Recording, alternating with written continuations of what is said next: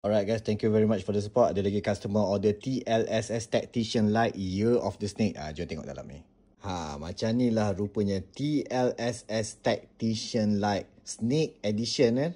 Warna macam lavender purple dengan silver. And ini ialah tapak FG. Nampak firm ground. Walaupun firm ground tapi tapak ni nampak very chromatic, cantik kan. Tapak ni sesuai untuk rumput asli. Rumput tiruan pun tak ada masalah. Aku sendiri dah pernah pakai, nampak tu. Mana ada studs yang terlalu tajam ke apa, tak ada. Semua bulat-bulat, rounded edges. Even kat sini blade ni pun rounded edges saja. Dan kalau korang nak tahu ataupun korang tak pernah tahu, ini ialah kangaroo leather. Serious kangaroo leather. Walaupun made in China, but this is premium made in China. Bukan semua made in China lopet-lopet. Of course ada grading dia kan. And then nampak tu dia ada coating kat depan ni. Sama macam Monachida.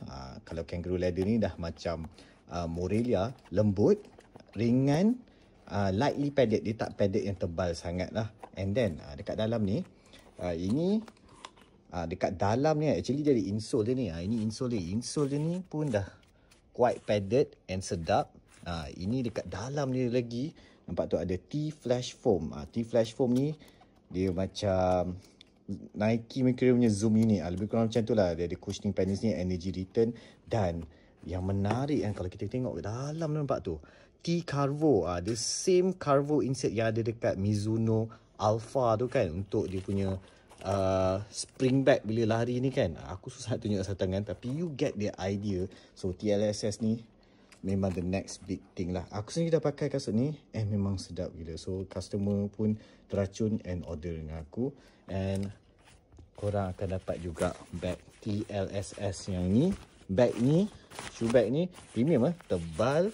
Dan dalam dia pun ada zip. Ada zip compartment dekat sini. So premium bag, bukan yang nipis-nipisnya. So TLSS Tactician Light Year of the Snake Edition. What do you guys think about this? Oh ya, mungkin korang nak tahu juga, aku ada jual kasut ni. So, berapa harga dia? RM850 saja. Kalau berminat boleh DM aku. Mahal sangat ke?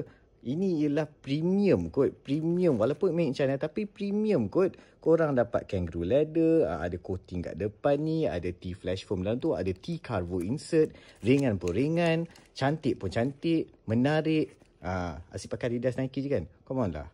This is premium tau. Walaupun made in China, again, premium.